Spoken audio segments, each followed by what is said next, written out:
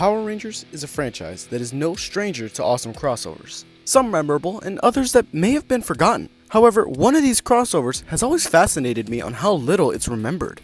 That being Cobra Kai X Power Rangers. I've made videos facing the fighters off, but the crossover was actually a real thing. Cobra Kai X Power Rangers was the third crossover featured in the Lightning Collection, following Street Fighter and Teenage Mutant Ninja Turtles. This crossover, however, wasn't as well received, and I think I may know why. While they did release 5 action figures, with Daniel LaRusso as the White Crane Ranger, Sam LaRusso as the Pink Mantis Ranger, Johnny Lawrence as the Black Boar Ranger, and Miguel Diaz as the Red Eagle Ranger, and even a putty patroller wearing a Cobra Kai skeleton costume, these figures were really just Ninjetti figures with new head sculpts. Despite the slight change where Johnny and Miguel didn't have sleeves, these weren't as inventive or creative as the previous crossover figures, who all had brand new suits and sculpts. But another reason I think this crossover didn't pan out as well may have been marketing. See, with the Street Fighter crossover, Power Rangers added both Chun-Li and Ryu to their own Street Fighter-like game called Battle for the Grid. They would be 2 DLC fighters. Plus, the mobile game, Legacy Wars, added Ryu, Chun-Li into the game alongside Ken, Cammy, Guile, Akuma, and M. Bison, and a new story to go along with them. To promote the game, Power Rangers even teamed up with Bat in the Sun to create a short film showcasing Ryu and Chun-Li teaming up with Tommy Oliver and G. Moran to stop M. Bison. This would also give us our first look at Ryu's live-action suit. Meanwhile, with the Ninja Turtles crossover, they received 2 comic book runs. The first featuring the Teenage Mutant Ninja Turtles using the Mighty Morphin Power Rangers powers to stop the Shredder who had stolen the Green Ranger coin, with the second run showcasing the MMPR team mutating into their dinosaur counterparts, and the Turtles would become a brand new team of Rangers called the Dimension X Rangers. And even now, a third batch of comics has been announced for this crossover. However, Cobra Kai didn't get that. The only real promotion was that the crossover figures were released around the time that Season 5 came out. So, this video will be discussing what a crossover could have looked like. Now keep in mind, this story is unfinished and has a few kinks to work out, but this is the basic idea. Timeline wise, this would take place in between Cobra Kai Season 6 and Karate Kid Legends. And for the Power Rangers timeline, this would be shortly after Tommy has recently rejoined as the White Ranger, but Jason and the others are still there. It's also important to mention that I will be going at this as if it's the Boom Studios comics timeline for the Power Rangers. So with all that being said, let's begin. The story would begin in Angel Grove, where we jump into the middle of a fight with one of the monsters. This brand new original monster, who I've named Scrap Trap, can create anything he needs with whatever metal he finds lying around. Suddenly, 2 seemingly Rangers step in to fight against him. Or so we think. We then see that it's actually Bulk and Skull in suits similar to their comic book suits trying to pretend to be Rangers. Although they do try to help, the real Rangers eventually step in and save the day. Here, Jason is still leading the team as Tommy is slowly stepping into the role of leadership. Scrap Trap in the battle creates a badge that he sends towards the moon. Despite the Rangers' efforts, they aren't able to stop it from reaching the moon, but they are able to destroy Scrap Trap without having to use the Megazord. We then cut to the moon, where Lord Zedd is celebrating, although his monster was just destroyed. He would be joined by Goldar, Squat, Babu, Finster, Scorpina, and another monster. I need 6 lackeys for this story, but I ran out of main ones, so maybe someone like Pumpkin Rapper will fill the last spot. If you guys have any ideas on who else could work better, let me know. Zedd retrieves that badge that was created and commands Goldar to bring him the last badge of darkness. In the episode Mighty Morphin Mutants, the badges of darkness were used to make the putties into copies of the Power Rangers. All except for one. Goldar decided that nobody was worthy of the Red Ranger's power, so instead, the Crawfish monster would lead the team. This new badge would take the power from the Red Badge of Darkness, split it into 5 extra new badges. Since all the power came from that single one badge, they aren't as powerful as they could be, and would need more Morphin energy to be at full charge. Zedd's plan is to find 6 warriors to clone, and use their dark moments to make them his new Dark Rangers. Meanwhile, the last badge the new one created would go to a right-hand man who would command these new set of Dark Rangers. However, Zedd decides to head into another dimension to find these warriors, and as all the villains leave into a portal, we would cut to an intro animation. Now, let me mention this. I figured it's best to make sure that the Cobra Kai universe and the Power Ranger universes are not the same, since they both take place in California and it'd be hard to ignore the other's existence. So, the Cobra Kai universe is another dimension much like the worlds of RPM and Dino Charge. The only issue, however, is that the Mighty Morphin Power Rangers can't jump dimensions without the devices that are usually created in Ninja Steel. So, they don't have that access yet. As the MMPR team tries to find out where Lord Zedd went, Alpha notices that something is landing outside the command center. Looking through the viewing globe, a familiar voice will come through. It's Alpha's voice. Actually, it's Alpha's voice from the year 3016, Alpha 55. Alpha 55 is the most advanced version of the Alpha series introduced in the canon show Power Rangers Hyperforce. Zordon would then teleport the ship's residents into the command center, revealing Alpha 55 and the Hyperforce Rangers. Marvin Shee, Chloe Ashford, Joe Joseph Shee, Eddie Banks the 25th, Vesper Lee Vasquez, and Jack Dealgood Thomas. These 6 characters were all introduced in the canon tabletop RPG Power Rangers Hyperforce, and expanded upon in the Boom Studios comics. They were a team of Time Force officers who would not only watch over the main timeline of Power Rangers, but they would use what is known as the Hypergrid to watch over the entirety of the Morphin Grid multiverse. These Rangers explained that they just came from a huge event, which would be Darkest Hour, and while they were trying to make sure that the entire timeline was still intact, they found out that Lord Zedd vanishing was something completely new. They then looked in their history and found out that they're the ones who have to bring the Power Rangers to the valley to stop Lord Zedd. Now, normally for a story, it would take some time to convince the Rangers to actually trust them. But since we are following the Boom Studios comics, Jason at this point would still have his memories of the Shattered Grid thanks to the Blue Emissary. Jason knows that the Hyperforce team actually all helped out during the Shattered Grid event, even though the Hyperforce team themselves have no clue what happened during Shattered Grid. Zordon then sends them all out with the Hyperforce team, but he also gives them a box that is unopened, and he says that it will aid them along their journey. Eventually, the Hyperforce ship will take off with all these characters in it. But as it takes off, we find out that Bulk and Skull are actually nearby, and when the hypership jumps through the time stream, they'd be hit with the aftershocks of the time travel, which would bring them along. This never canonically happened in the Hyperforce show, but it decided to throw it in for fun. We would then cut to the valley as we start to catch up with the Cobra Kai kids. Like I said, this would take place about 1 year after the finale of Cobra Kai. We'd begin our story by catching up with Miguel, Sam, Tori, Hawk, Dimitri, and Robbie. The 6 of them are all either on break from college or either just came home from a visit. They also mentioned that they all plan to meet up at the dojos with everybody else as kind of a huge reunion class. Each of the kids do mention that they've all kept up with their training and eventually they would all split up. We then would follow Miguel and Robbie as they head back home to Johnny and Carmen's house. There, the family would spend time together until Johnny and Robbie notice something in the sky later that night. They don't dwell on it for too long, but we as an audience would find out that this is the hypership entering their dimension. Back on the hypership, the Hyperforce team would explain that they don't know who exactly Lord Zedd is targeting for his Rangers, and that they still need to look through the history to find out who they are. But for now, they're going to send the Mighty Morphin team down into the valley to see if they can find Lord Zedd and stop him before he can do anything. Although the team does search throughout the night, they can't find anything until the next morning. Eventually, as they continue looking through the valley, they do end up finding some information, or some newspapers, summarizing the past 6 seasons of Cobra Kai, catching them and any audience members who don't know the story of Cobra Kai up to date. Suddenly, the valley would break up into chaos as putty patrollers begin to run rampant. All 6 Rangers would then all split up to protect the citizens of the valley. Luckily, most of them are able to sneak off into a corner somewhere and morph, all except for Jason. Jason is then surrounded by putty patrollers and is fighting alongside someone. That person is Daniel LaRusso. Daniel, joining the fight, refuses to let Jason fight on his own as more putties join in and start to surround them. Lucky for Daniel and Jason, 2 other fighters, Dimitri and Hawk, would actually show up and join in the fight as well. As the battle continues, the Rangers are able to teleport in fully morphed and get Dimitri, Hawk, and Daniel all away into safety. Meanwhile, Trini would get Jason to a safe spot so that he can morph and join in. Now, away from the main fight, we would then see in a alley somewhere that Lord Zedd has approached a hooded man. Zedd is trying to recruit this person to use that primary badge that Scrap Trap made.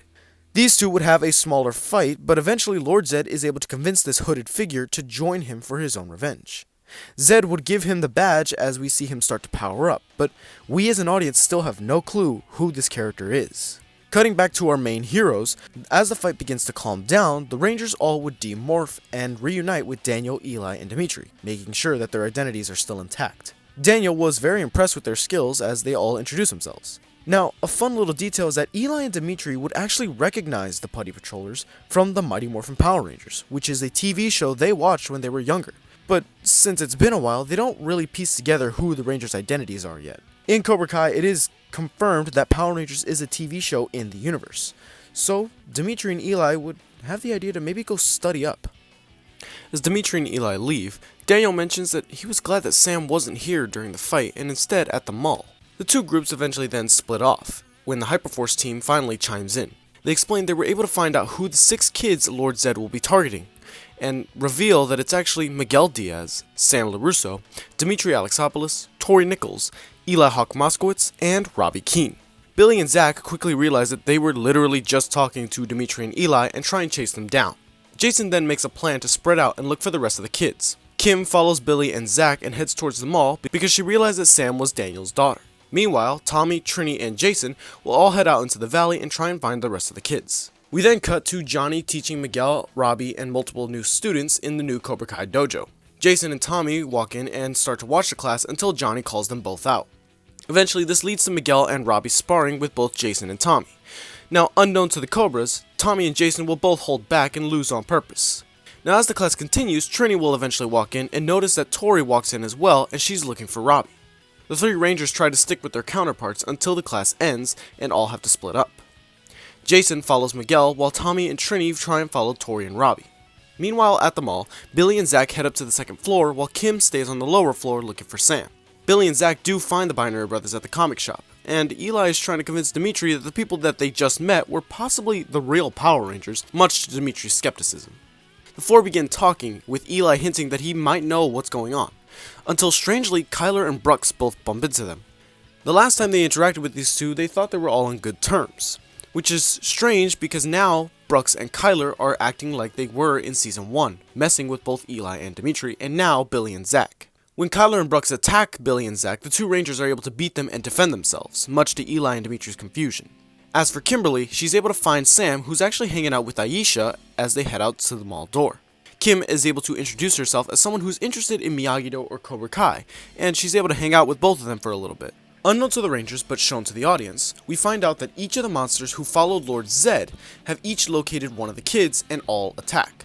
Squat and Babu attack Dimitri and Eli in the mall. Sam is attacked by Pumpkin Wrapper in the parking lot. Robbie and Tori is attacked by Scorpina and Finster in the streets. And Miguel is attacked by Goldar in an alleyway. Luckily, each of the Rangers are able to step in and defend the kids, telling them all to run.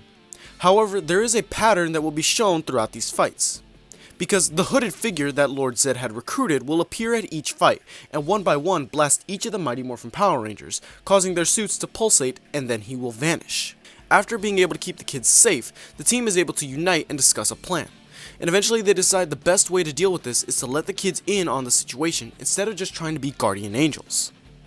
They teleport each of the kids to the Miyagi-Do dojo, much to their confusion. As the Cobras then confront the Rangers, they ask for a chance to explain. After the Rangers explain, Lord Zedd is trying to copy them and that a Ranger team from the future brought them to help.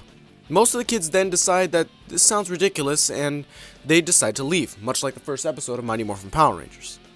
Now as the kids walk out, it's Robbie and Miguel who will stop and decide to reconsider things, much like Jason. Sam realizes that they're right and they'd have to go back anyways because Eli and Dimitri both stayed back. Eli is proud that he was able to figure things out as the others then joined them. However, the Cobra Kai team feel unworthy of being Power Rangers or even helping the Power Rangers. This next scene can go one of 2 ways. 1. Kim asks to be teleported onto the hypership with everyone into the training deck. The 12 heroes will then end up in the training deck, and if you know the hypership, the training deck can create any scenario they need. Kim would then make holograms that show Ranger teams from all of history. They explain that not all the Ranger teams themselves were ready, and sometimes they were pulled through when they least expected it. Or 2. The Rangers just straight up bring the Cobra Kai Rangers to meet the Hyperforce team, who were a team of Power Rangers that had little to none combat training. They were one of the most inexperienced teams in Ranger history. This could give the Hyperforce Rangers more screen time, but like I said, either way, it's supposed to inspire the Cobras. But there is still one issue. They don't exactly have powers. Tommy then asks for the box that Zordon had given them, and Alpha 55 teleports it into his hand once they get back to Miyagi-Do. The Rangers then pass out these morphers. Now the morphers come in 2 pieces. One would be a headband with a gem in the center, and a gauntlet for a spot for the gem. Each of the Ranger counterparts would take one, leaving 2 in the box. Miguel is compassionate and a leader, and uses the Red Eagle powers. Dimitri gains the Blue Leopard powers for his loyalty and precision. Eli uses the Purple Hawk powers for being creative and confident. Sam uses the Pink Mantis powers for courage and kindness. Tori is given the yellow tiger powers for her passion and might. And finally, Robbie is given the green wolf powers for his balance and cunning. The team is now ready and heads out to fight the putties and also train the Cobras to be Rangers. Now, elsewhere, I did mention Bulk and Skull were here as well. And granted, Bulk and Skull are pretty confused on where they ended up. As they try and find directions, they actually end up running into the strange acting Kyler and Brooks. The two quickly realize that they're outbullied in this situation as Kyler and Brooks push them into the garbage cans. But in the garbage cans, Bulk then finds a flyer for Miyagi-Do and Cobra Kai. Bulk smiles towards Skull as they both get up and walk off. Now, back to the main plot, each of the Rangers are training their counterparts in the park. The main thing they want them to remember is to help each other throughout the fight, because of course, together, we are more. As the training continues, suddenly the 12 Rangers are surrounded by putty patrollers. Of course, the Mighty Morphin team is able to quickly jump into action, making quick and easy work of the putties. The Cobras, however, are struggling a bit more since this is one of their first times fighting them. As the fight continues, the Cobras are slowly able to start working together and get the hang of taking out the putties, without even having to morph. As the last putty is destroyed, they all celebrate, but notice two figures standing across from them. These figures seem to be Rangers, but their suits seem to be incomplete. The two new Rangers will then launch at our group of heroes, and our group of heroes is able to take down these enemies pretty easily. These two Rangers then demorph, revealing Kyler and Brooks. Again, the team is really confused on what is going on with these two, until Tommy notices that both Kyler and Brooks' eyes flash, indicating mind control. The two badges on their belts, which acted as morphers, quickly fly away. Kyler and Brooks explained that they were just walking around when they were ambushed by this hooded guy. He said something about them being temporary hosts for now. Kyler quickly notices that Piper was with them when they were taken, but she's not there. He wants to help the Rangers, but they do convince him that it's best for him just to rest. Kyler trusts them and heads off, as a burst of energy is seen in the middle of the valley. The Mighty Morphin team then grabs their morphers, and the kids grab the gem that was on their headband and put it into their gauntlet. Then we see an outside flash morph for all the Rangers as they teleport away. Now just to give a quick, brief explanation of what I think the Cobra suits would look like, they would be gi-like designs. Think of a combination of the Gozuger suits and the Ninjago core suits without the neon colors. Plus a helmet that would look similar to the Ranger Academy helmets, Omega helmets, or even Ninja Storm helmets. The Rangers then land in the streets, facing down against Goldar, Scorpina, Finster, Babu, Squat, Pumpkin Rapper, the Hooded Figure, and seemingly brand new 6 Dark Rangers. The Hooded Figure tries to convince the Cobra Kai kids to join them, and to get everything over with, but these kids refuse.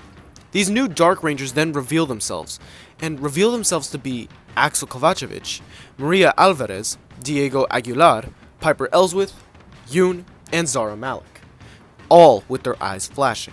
The heroes then charge in, fighting against their enemies, as each Ranger takes on one enemy. Jason then, of course, goes after Goldar, until Goldar is stopped by the Hooded Figure.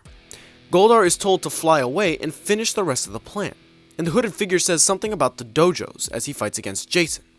Jason realizes that Goldar's heading to ambush the dojos, and they need to leave as soon as they can to protect them. Meanwhile, back at Miyagi-Do, the newly reunited Johnny Lawrence, Daniel LaRusso, and Chosen Taguchi all discuss their 6 students' absences. In the backyard, we see all the returning students with brand new kids. Chris, Mitch, Kenny, Anthony, Devin, and even Aisha are all there. We also see that, comically, Bulk and Skull have both shown up to the class as well. Strangely, Amanda, who is also there, notices that Yasmin and Moon are there to meet Dimitri and Eli. But, of course, Dimitri and Eli aren't there. That is, until they see Goldar landing in the backyard. Goldar then threatens all the students, and Amanda is able to get most of the new students out of the dojo, until the putty patrollers block the exit, trapping the main students we know. Johnny, of course, charges in to fight Goldar alongside Chosen and Daniel, and they're able to hold their own, but they are slowly going to lose. Amanda tries to get the rest of the kids out of there, but characters like Devin, Aisha, and even Mitch would stay behind and try to fight, while characters like Kenny, Anthony, and Chris are trying to get everybody out to safety. Even Bulk and Skull are thrown into the fight, but eventually are thrown into the Miyagi house, with Goldar not even batting an eye. Slowly, Goldar will blast everyone with his sword, causing them all to vanish. Everyone is hit, including Yasmin, Amanda, Moon, and all of the students that are there, leaving only Daniel, Johnny, Chosen, Bulk, and Skull. As Goldar leaves, the 12 Rangers then finally teleport in, realizing that they're too late. The kids explain to their senseis what's going on, and after they find out who was taken, the kids try to make up a plan. The Hyperforce team then chimes in once again, saying that all the other kids are being held all around the valley. The plan is that one ranger from MMPR team and another ranger from the Cobra Kai team will head to each location together and find their friends, then report back to the dojo. Of course, everyone is on board with the plan, but Daniel is very worried about his kids' safety. The kids are able to tell him that they can do this and that they need his help to protect the others. Reluctantly, Daniel does agree. They need Daniel, Johnny, Chosen, Bulk, and Skull to head out into the valley, because the valley is swarming with putty patrollers, and they need to try and take out the remaining putties so that the Rangers can do what they need to do. But they also want them to try and follow the putties to track down where Lord Zedd is hiding in the valley. As all of these characters split up, we would then see a set of scenes, showing a pattern of how they play out. Miguel and Jason would head to West Valley High to find Chris and Devin and fight against Goldar and Axel. Dimitri and Billy would head to Golf and Stuff to find Yasmin and Mitch and fight against Squat and Maria. Eli and Zach would fight against Babu and Diego at the country club trying to save Moon. Tori and Trini would head to the All Valley Arena and find Aisha and Bert while fighting against Zara and Scorpina. Kim and Sam would both head to LaRusso Auto to find Anthony and Amanda and have to fight against Piper and Pumpkin Wrapper. Finally, Robbie and Tommy would head to Cobra Kai Dojo to find Nate and Kenny fighting against Finster and Yoon. Now during each of these fights, the Mighty Morphin team notices that they can't fight against the Dark Rangers, because each impact they land would give the badges more power. But this rule doesn't apply to the Cobra Kai Power Rangers. Then each kid would be able to overcome and beat their opponent, unlocking their new weapons. A sword for Miguel, tonfas for Robbie, sais for Sam, daggers for Hawk, kamas for Dimitri, and nunchucks for Tori. One by one, each of them are able to free their allies and quickly teleport back to Miyagi-Do. Luckily, by the end of this, all 6 missions are successful and all the students have been protected. Now, the senseis, Bulk and Skull, have all been able to take out most of the putties throughout the valley. And as they search through the valley, they're able to find a swarm of putties coming from Terry Silver's old flagship dojo. As they fight a few putties, they get closer and confirm this is where Lord Zedd has been hiding. They're able to contact the kids, letting them know where to meet them, until Chosen hears Lord Zedd mention a pendant that's at his dojo in Okinawa. Johnny then notices that the hooded figure is leading into an alleyway, so him and Chosen both follow, looking for a fight despite Daniel's warnings. The hooded figure then opens up a portal but is stopped by the senseis. They all try and fight, but they're quickly thrown to the side alongside Bulk and Skull.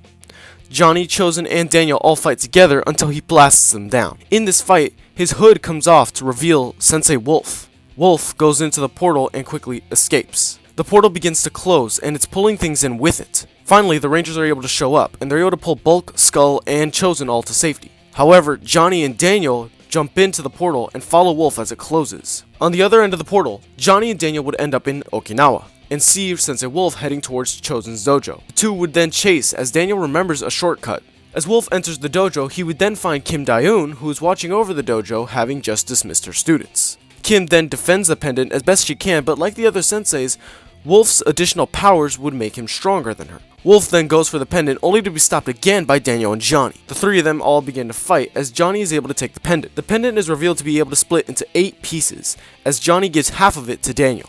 They then realize that the pendant grants control over 3 elements. Johnny uses fire, Daniel uses ice, and together they can use lightning. This is inspired from Cobra Kai 2 Dojo's Rising, which all 3 dojos would have an elemental power for the gameplay. Sadly, even with Johnny and Daniel's new powers, Wolf is able to strike them out of the dojo, dropping the pendant. When Wolf grabs the pendant, he's able to head out back into a portal and head back to the valley. We then jump back to our 12 Rangers, making a plan. They need to get past the swarm of putties protecting the flagship dojo, while somehow keeping them from coming in to help Lord Zedd and his minions. Chosen, Kenny, Devin, and Anthony all then propose the idea that while the Rangers are inside, the remaining students and allies would stay on the outside of the dojo holding off the putties for as long as they can. The Rangers then agree to this plan, and it's now set in motion as they storm the flagship dojo. The 12 Rangers would make it inside as Devin, Chris, Mitch, Bert, Nate, Anthony, Kenny, Bulk, Skull are all led by Chosen on the outside fighting the putty patrollers. As they prepare to fight against Lord Zedd's minions and the Dark Rangers, Wolf then arrives with the pendant. Zedd then steals the badges of darkness from the Dark Rangers, causing them to drop unconscious. Wolf then blasts all main 6 kids of the Cobra Kai team, making copies of them to create the perfect Dark Rangers. He does this by making copies of them at their darkest moments.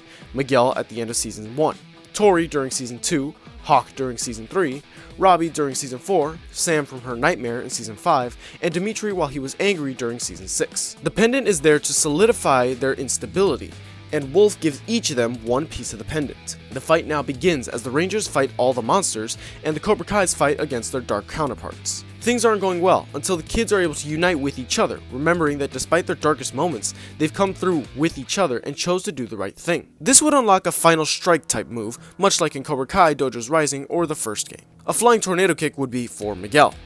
The one-handed kick would be used for Robbie. Kata and the drum technique would be used for Sam. Tori's flip kick when she defeats Zara would be hers. Hawk would use his signature flying knee, and Dimitri would have the pressure points and the crescent kick. I felt that the crescent kick on its own was just too simple. Each of the Dark Rangers would vanish, despite supposedly being solidified. Meanwhile, the Mighty Morphin team are able to all beat their monsters, gaining their full powers back each time one of the Dark Rangers is destroyed. Wolf then steals the sliver of power that the Dark Rangers still had.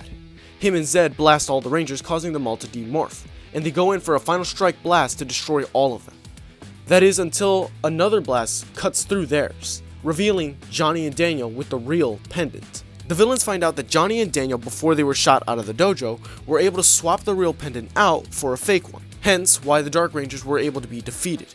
Johnny and Daniel both fight against Lord Zedd and Wolf, as the Hyperforce team finally contacts the Rangers once again.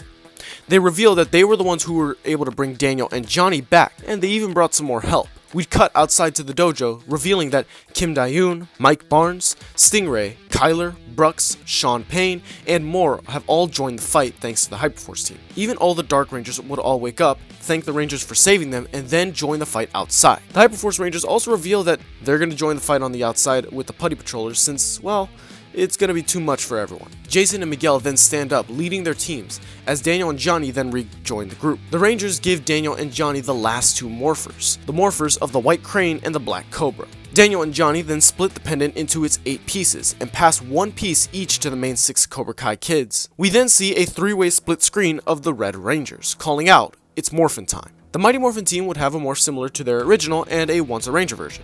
Meanwhile, the Hyperforce Rangers would have a sequence of them flying through the hypergrid as a suit forms around them, something along the lines of RPM. Then, at the end of the hypergrid would be their Zord as they clash, finalizing their suits, similar to the King Oger. They would then bring the morpher to the front of their face, as it projects a helmet much like in the original. Finally, the Karate Rangers would then have a morph reminiscent to something along the lines of Avatar: The Last Airbender, where a silhouette of the character would be training. First, they would train with a background consisting of Cobra Kai Yellow, with lightning emanating from each of them. Then, a blue Miyagi-Do background with ice emanating from each strike. And finally, a red Eagle Fang background with fire that shoots out from every punch. The 3 silhouettes would then merge into the character fully, as they're engulfed by one of the elements, much like the Beast Morpher's Cloud. Miguel and Hawk would be engulfed by fire, similar to Magna Defender, but not as quick. Sam and Dimitri would both freeze in ice, and then burst out, similar to the White Gozuger morph. And Tori and Robbie would be struck by lightning. The kids would then tie the headband around their head, finalizing the helmet. The only difference with Johnny and Daniel's morph would be, instead of being engulfed by one element, they would then burst into gold, showing that they've mastered all 3 styles. With the teams now formed, the Cobra Kai and Mighty Morphin team launch after Lord Zedd and Wolf,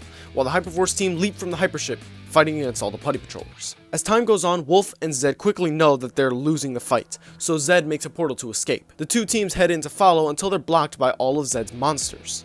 Luckily, the Hyperforce team is able to jump in and hold the monsters off, allowing the 2 teams to follow Lord Zedd and Wolf. In classic Ranger fashion, Lord Zedd has grown large and Wolf has an evil Megazord. The Rangers then power up, summoning their Zords. The Mighty Morphin team would pilot the Thunder Megazord, as Tommy uses the Tiger Zord in warrior mode.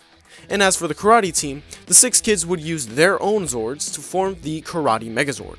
Meanwhile, Daniel and Johnny would form their own Megazord, being a Sensei Megazord. The Mighty Morphin team would make a final strike, using the Power Sword and the Warrior Mode's final blast. Meanwhile, the 2 Karate Zords would use a blast that combines all 3 elements together. Wolf's powers and Zord are destroyed, as Zedd lands near him. Zedd turns only to be confronted by the Hyperforce team. Zedd then blasts the portal and causes Wolf to forget that he was ever there. Everyone in the valley knows that something happened, but it seems that Zedd's spell caused them all to forget what exactly. This would just be to keep it into continuity so that no one asks why no one brought up any of these events during something like Karate Kid Legends. Everyone except for the main Rangers have forgotten what's going on. They know something big happened, but they don't know exactly what. However, Wolf then runs away into the valley, and we find out that all 3 Ranger teams have all of their memories still. The kids then make up with the previous Dark Rangers. Diego and Maria are still friends with Dimitri and Eli. Piper thanks Sam as she reunites with Kyler. Yoon and Axel at least respect Miguel and Robbie. Zara and Tori still despise each other, but Zara at least thanks Tori for her help. The Karate Rangers then realize it's time to give their morphers back, until the Mighty Morphin team tells them to hold on to them just in case this happens again. And for those wondering why the Cobra Kai Rangers will never bring this up in the future projects of Cobra Kai, it's simply because of the Ranger rules. One being never reveal your identity, or never use your powers for personal gain. The two teams then split up. The Hyperforce team is able to take the Mighty Morphin Rangers back to their dimension, along with Bulk and Skull, who currently have no memories of what happened. The final scene would be of Daniel and Johnny back in the valley. They'd be considering the fact that Lord Zedd picked those 6 as their best fighters, and they decide to test it out. Chosen then calls those 6 to be on the sparring deck on their own, as every other student around them will try and take them down. We then see a scene of the top 6 students at Miyagi-Do being able to take down every other student either off-screen or during the credits. That is, until we hear a voice. The MMPR team has returned for one fun competition match. The 12 then line up as the 3 senseis yell out "fight." The two teams then launch at each other, cutting to the credits. Alright, I know this story isn't perfect, but I've been sitting on this story for a long time and I've been wanting to put it out there for a while now. In my opinion, this would be an animated film like Batman vs. the Teenage Mutant Ninja Turtles movie. Since both the Power Ranger community and Cobra Kai community, and even some of the actors, have said they'd be interested to see both in an animated form, allowing for Saban to experiment, but also just to make a fun film. And just a small note to mention, in the original toy line, Johnny's power was of course of the Black Boar. However, in this, I changed it to a Black Cobra, since it makes more sense with how the show ends. And if you're wondering where I got some of the other animal ideas, well, that's because on the Cobra Kai Lightning Collection boxes, there were a few more animal symbols that were unused. A tiger, a leopard, and a cobra. Maybe in the future, if this gets a sequel, the boar powers will be given to someone else, maybe someone like Chosen, but for now, there's no one to use these powers. But in the end, this is my pitch for a Cobra Kai Power Rangers crossover story. Let me know your thoughts down below on what you would do, or if you'd even be interested in watching this adventure. Would you want this crossover to happen? Do you have any ideas on how this would play out instead? Let me know all your thoughts in the comments down below, and until then, I'll see you all in the next one.